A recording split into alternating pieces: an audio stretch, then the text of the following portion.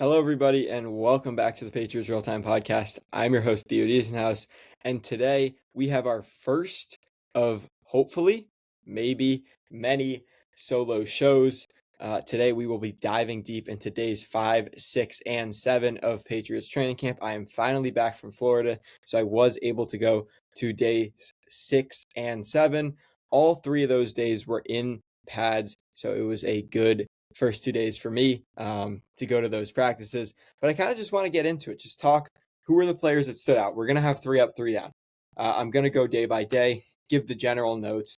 If you want more in-depth notes, go check out my Instagram at Patriots3. We're going to get into some in-depth stuff, but when it comes to the nitty-gritty, who made a great play, who, you know what I'm talking about, that's going to be more on my Instagram at Patriots3.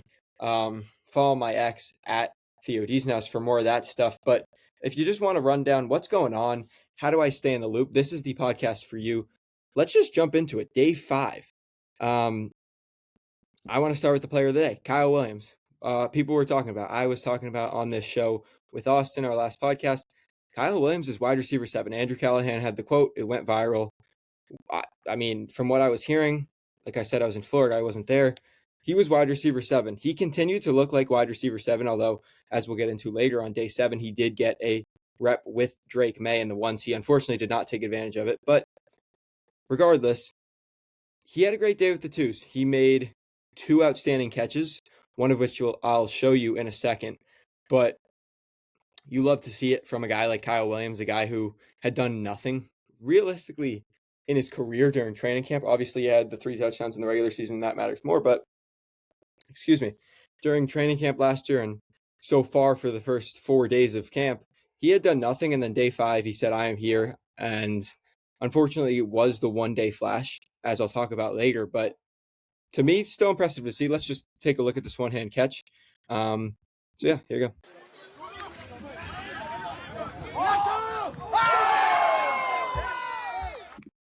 So yeah, there you go. You can see Tommy DeVito on the throw. He readjusts to make probably the best, I would say, catch of training camp.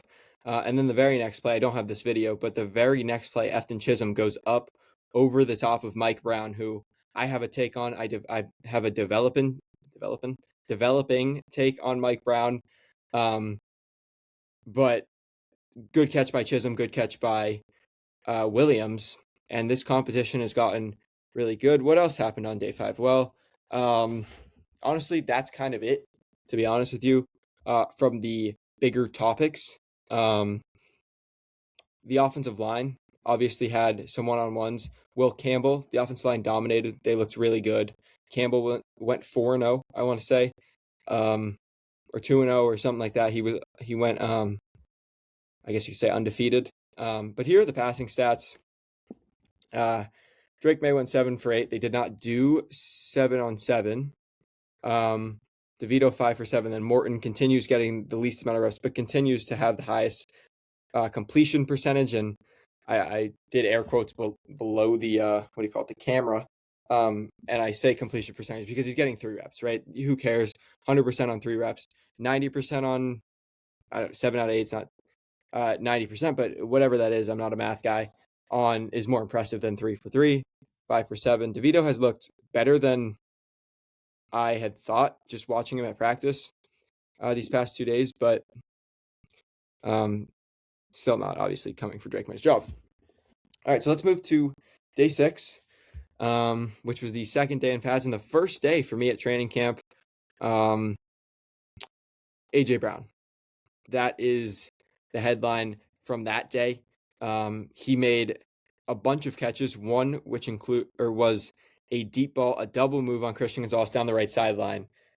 Man, Drake May dropped it right in the bucket. He got 5 yards of separation on, according to EA Madden, the best cornerback in the NFL. He got 5 yards of separation. I'll have the video. It is going to be a little bit just like unprofessional is the word, just because I screen recorded it and I edited it, but it's not showing up on my computer. But anyways, I'll show you the video right now.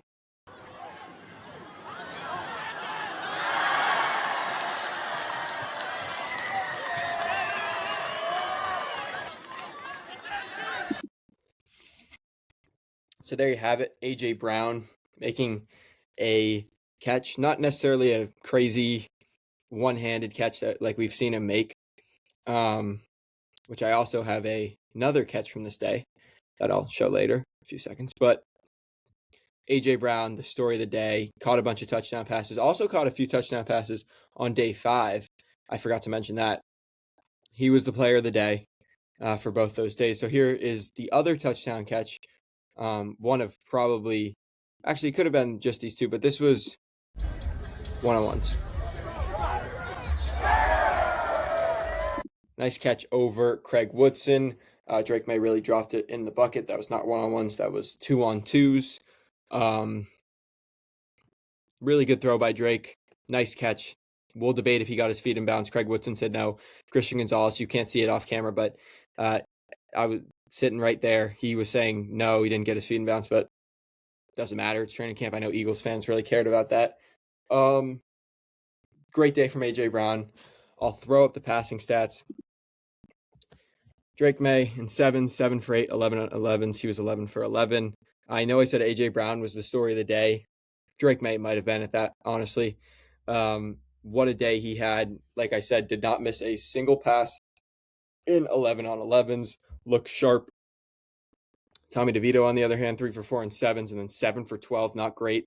Morton, as the intensity started to ramp up, 2 for 4 in 7s, 2 for 5 in 11. So we've seen him be pretty consistent and pretty accurate throughout all of training camp. And I don't necessarily remember if these were errant throws, throwaways, drop balls, or this, that, and the other thing. But not a great day for him.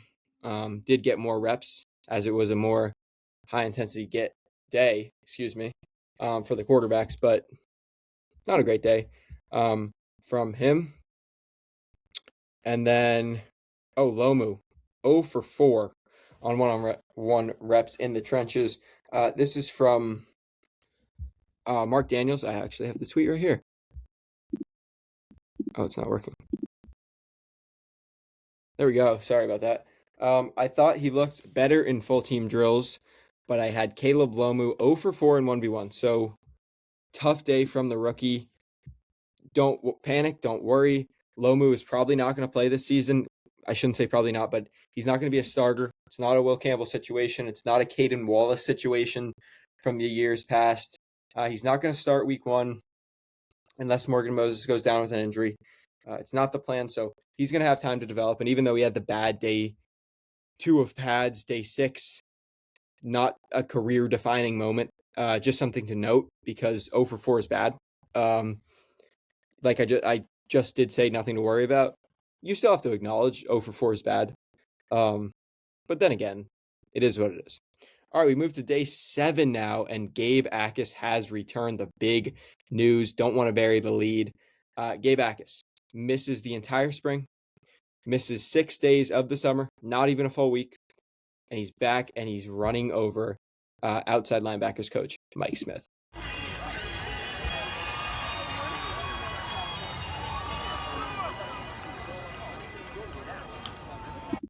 So there it is right there. Gabe Akis, Matt Doloff, 98.5 The Sports Hub. Great video there. Shout him out. That's who took that video. He did not participate in team drills, but he did participate, as you saw, in individual drills. So it'll be interesting to see when he comes back. My take on this is I think he will be back in some sort of limited role, I would say on Tuesday, honestly. A lot of people were saying later. Vrabel said they're going to ramp him up. Why not ramp him up tomorrow on Monday? Sorry if you're not listening to this podcast today. It is Sunday. But why not put him out there tomorrow in a limited role? Why not on Tuesday in a limited role? Maybe even Friday, you wait till then in a, once again, limited role. And by joint practices, which are August 11th, right now it is August 2nd. By joint practices, 9 days from now, he should be fully ramped up. The Patriots do have 5 practices tomorrow. 5 practices tomorrow. They don't have 5 practices tomorrow. They have 5 practices next week.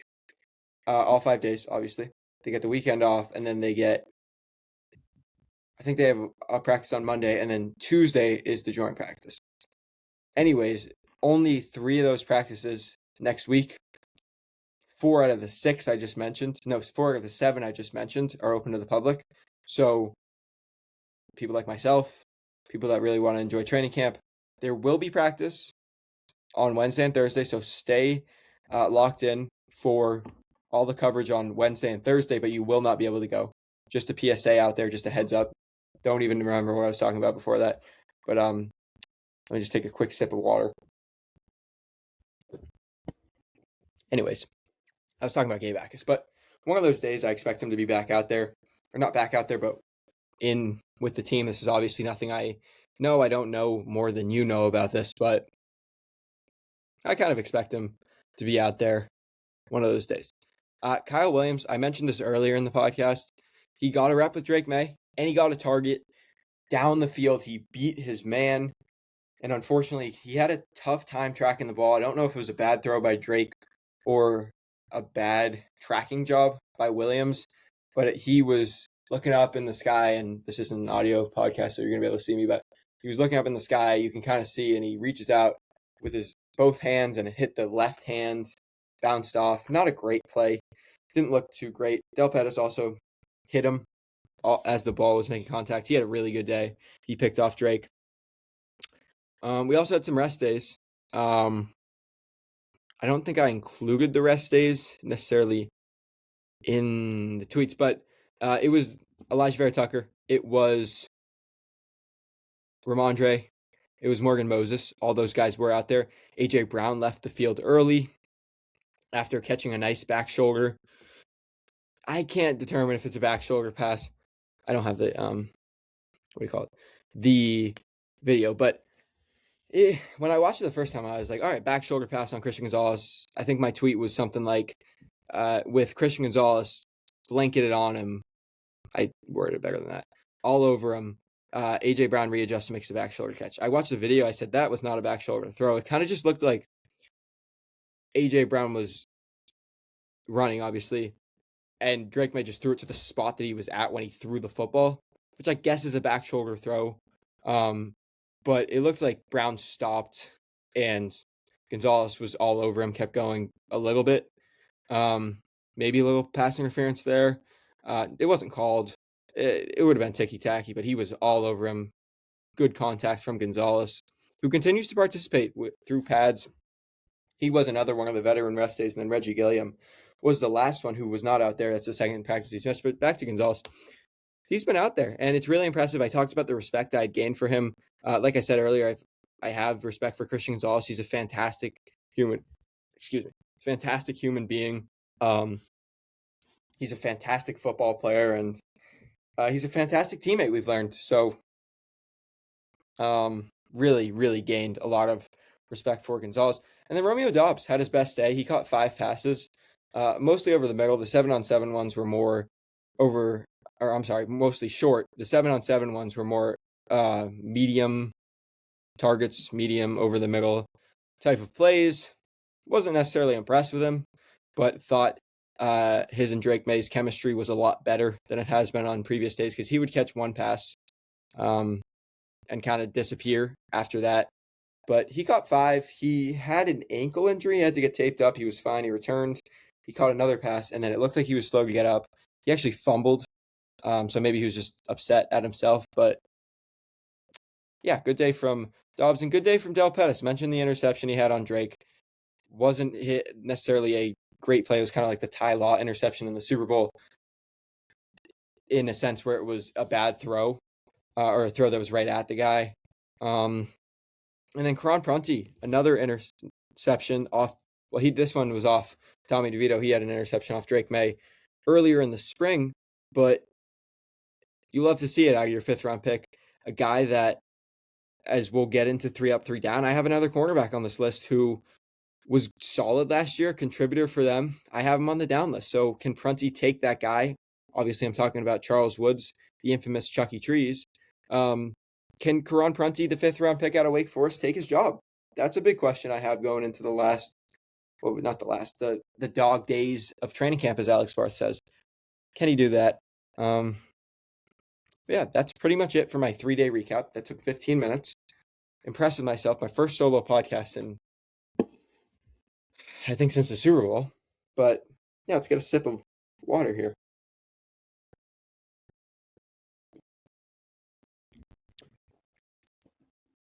All right. Yeah, let's go to 3 up, 3 down. I'm going to start with my first up.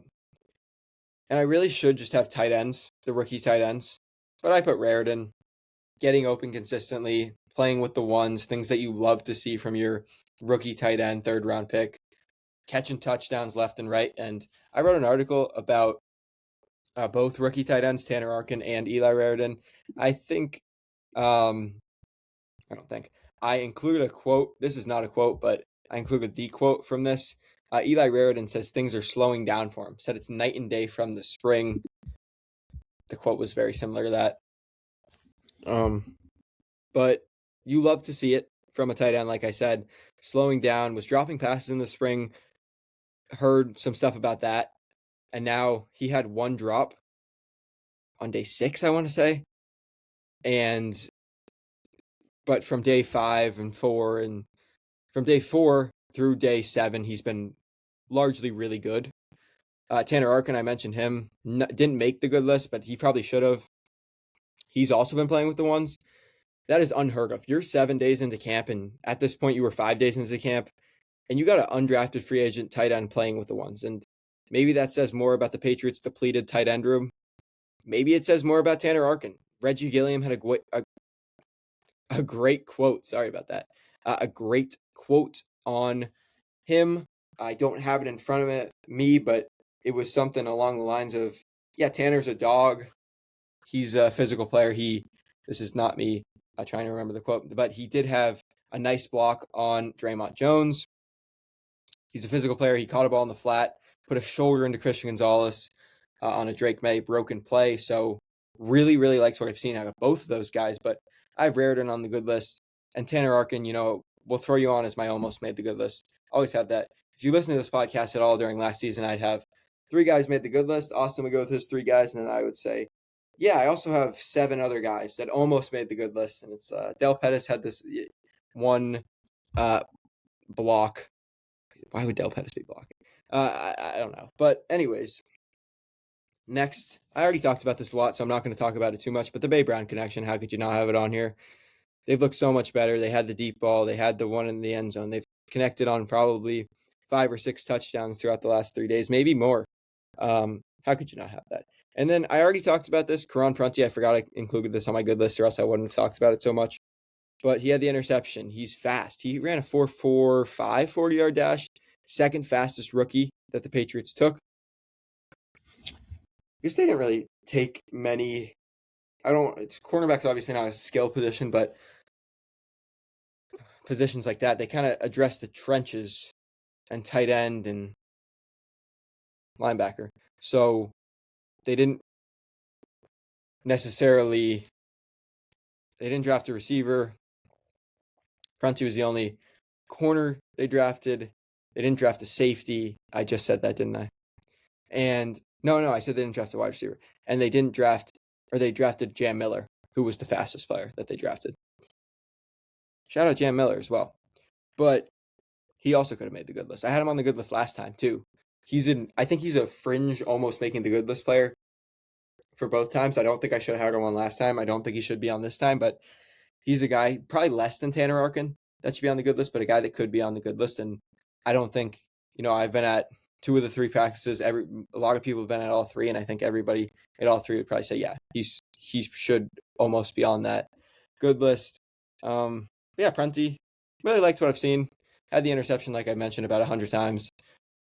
Solid. Really want him to push Charles Woods. Not really want, but I think he could push Charles Woods. It would be nice to see. But if you can get both those guys going, they probably are going to carry 5 corners. Just a thought. But yeah, let's get into the down. Kayshon Boutte. A guy that was the number one up on my good list last time, and now he's on the down list. I counted 7-on-7. The first, what do you call it? Grouping not grouping, the first set of reps that the Patriots had with the first team, I don't think Booty got on the field once. That's what I took a mental note of that. He didn't play much with Drake May. Saw him out there with the second team mostly on day 7. He made one catch on day 6. I don't know if he had a catch in 11 on 11s in day 7. I don't think so. Day 5 was quiet.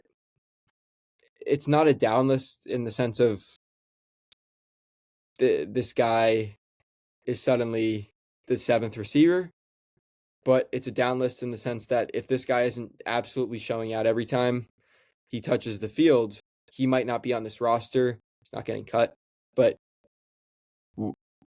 I don't know. I'm not going to overspeak on this. I don't know if that's a word that people use, but yeah, that's kind of where I'm at on that. Oh, also, he requested a trade back in April. Karen Garigian reported this, the great Karen Garigian. So that was interesting, and I'm not going to say much more on that. But my number 2 down is Lan Larson, and that's why I have, well, no, it's not. Jam Miller is one of the reasons he seems to be pushing him, but I will say that Lan Larson does have a comfortable spot as the RB3, with Ramondre having his rest day. Lan Larson repped as the RB2, with Jam Miller following behind as RB3, and then Miles Montgomery. However, Larson had the fumble. Larson is clearly not as athletic and as fast as Miller. And while Larson does provide special teams upside that Jam Miller has none of, I like what I see out of Jam Miller, and I think he's going to make the team when it's all said and done. So I was a Lan Larson Island kind of guy last year and heading into this year, but now I'm not fully off the island. I think he can still do a lot of things that will impress me, but he hasn't stood out, and I think Jam Miller has a little bit, not to the sense of, or not to the degree that Raritan and Arkin have, but I talked about this earlier, but I think that if Jam Miller continues to pop and Larson keeps having his meh camp, he might pass him. Oh my God, my hands are very close to this camera. Sorry. Last but not least, we begin. Nope. I don't even know what I was trying to say there. But Charles Woods talked about it. He has struggled with Carlton Davis out. Granted, he has had to cover A.J. Brown, and everyone's going to struggle except for Christian Gonzalez trying to cover A.J. Brown. Honestly, in the NFL. Surtain Stingley are going to, I wouldn't say are going to be tough matchups for him, but other than those 3 guys, not anybody. Also, I was counting Gonzalez, so I can count. Yeah, just gave up a lot of catches, hasn't looked very competitive. We saw him last year. We saw him do solid things for this team when Carlton Davis went out with his injury. I'd say bi-weekly. No shot at Carlton Davis, but he did get hurt a few times last year. So it is what it is. That 4th corner spot is really up for grabs. I'd say Woods definitively has it right now, but Prunty was on my good list. I think he's pushing him. Vildor has looked bad throughout camp, but he has a shot. Dial we haven't seen much of. Canada we haven't. Channing Canada we haven't seen much of. Who's the other cornerback? Is that it? I think that's it. But we'll see where that spot goes. It'll be an interesting thing to watch the rest of camp. All right. Let's kind of wrap this one up. I've had this take for a few hours now. Been thinking about it. Haven't posted about it. My wide receiver theory. So I have them keeping 7 at cutdown day. Now, I guess I did post about this because I did my 53-man roster projection, but I have them keeping 7. So here is what I think is going to happen. So I think we go into cutdown day, and I think Kayshon Bouttie's still here. Obviously, you have Brown and Dobbs still here. Pop is here. He's a starter. Pop should have been on my good list. Shout out Pop. Give him a nice a catch-up packet. That's a reference to Section 10. They have a catch-up vote every week, or every time they win a series, the Red Sox. They give out catch-up they give out catch-ups, MVPs, and then for guys that don't win the MVP, they give up a catch-up packet. So that's the first thing I thought of. Pop Douglas, catch-up packet. Clearly the number 1 slot receiver right now. He's repping with the starters. Might be a starter. We didn't see a lot of him last year. I remember there were games, I think that Titans game, he barely played. But it seems like the coaching staff, Josh McDaniels, has liked what he's done in the offseason. So maybe, just maybe. And maybe it's the addition of Dobbs and Brown being such huge guys, and you have little shifty Demario Douglas out there. But I could see Kyle Williams playing in the slot a little bit, just hasn't been able to build up such a rapport with Drake May, and I could see Romeo Dobbs playing a little bit in the slot as well. But anyways, I got sidetracked. My wide receiver theory. So I have those four guys making it, obviously. Not obviously for Booty, but I have those four guys making it. And then I have Chisholm.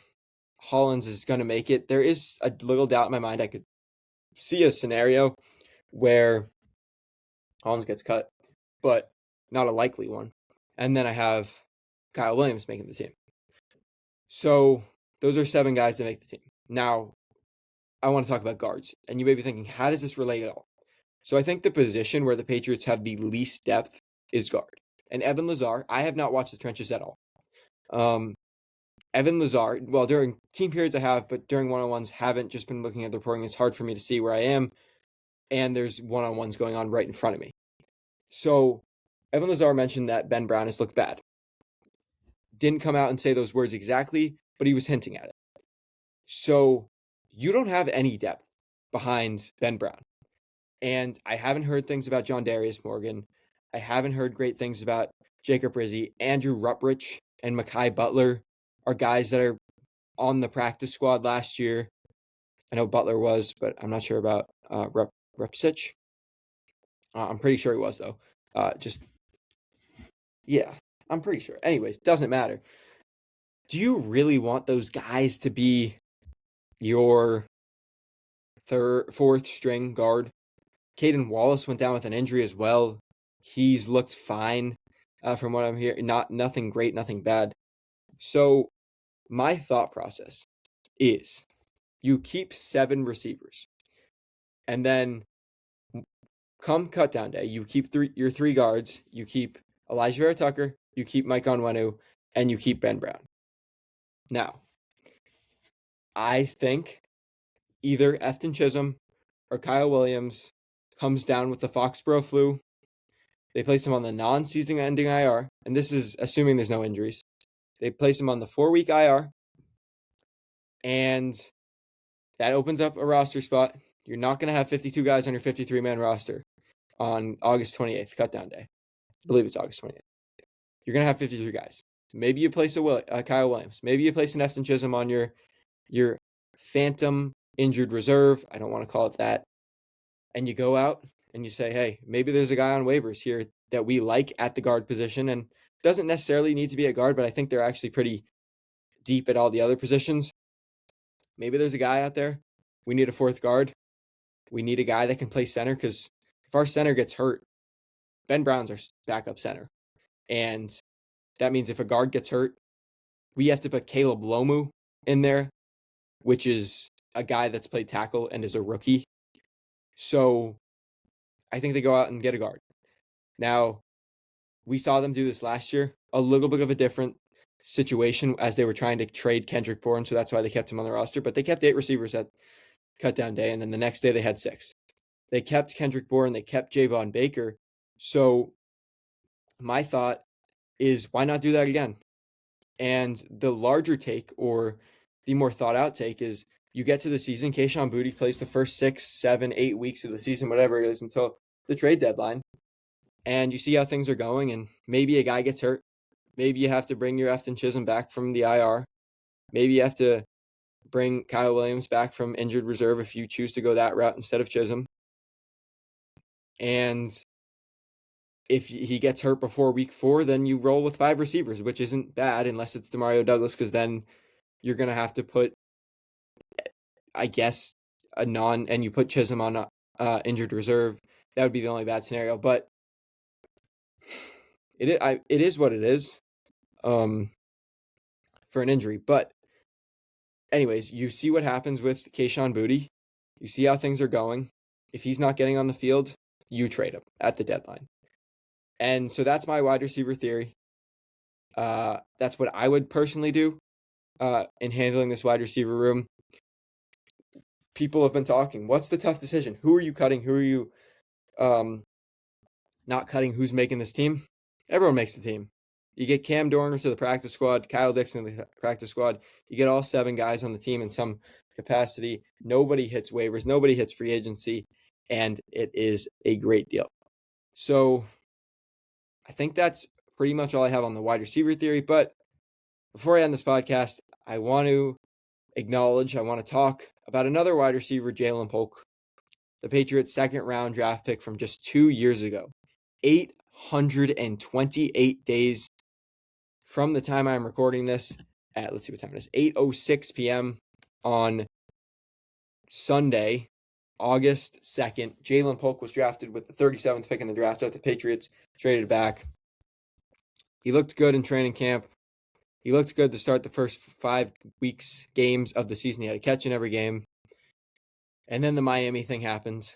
And if you want to know what the Miami thing is, I'm going to go ahead and get a video real quick. And I'm sorry for the audio. It's going to be the late night sounds audio. But it'll load in a second. But he has this play against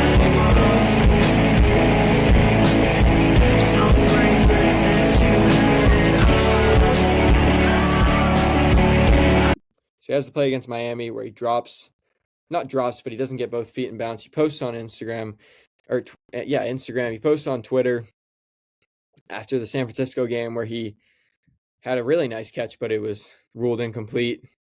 Post the peace sign ... to a song that I don't remember. And then he has drop problems. He only catches 3 balls after that for, I believe, 12 yards the rest of the season. One was a touchdown. But his career never turns out the same. He separates his shoulder in the week 1 preseason game against the Commanders. Placed on injured reserve for the whole season. Traded to the New Orleans Saints after week 1 of the 2025 season. There was a tweet today from someone that said, talk to Polk, liked his standing on the team, is fine, just thought that this was the best thing for him to do. It's a really sad career. It's not really sad for the player. Obviously, you feel for him. He didn't work out. He had to retire early, but it's unfortunate. And I wish Jalen Polk a happy retirement. Really, honestly, one of my favorite Patriots players. Not one of my favorite Patriots players. One of a guy that I actually really like. When I was starting my Instagram, he reposted one of my things, got me 100 followers at the time. That was huge. I bought his jersey. He was one of my first autographs that I got. He was my first training camp autograph that I ever got. So shout out Jalen Polk. Not a great player, not a great teammate, but he did a lot of things for me. So I want to shout him out. But I think that's all. That's all for this podcast.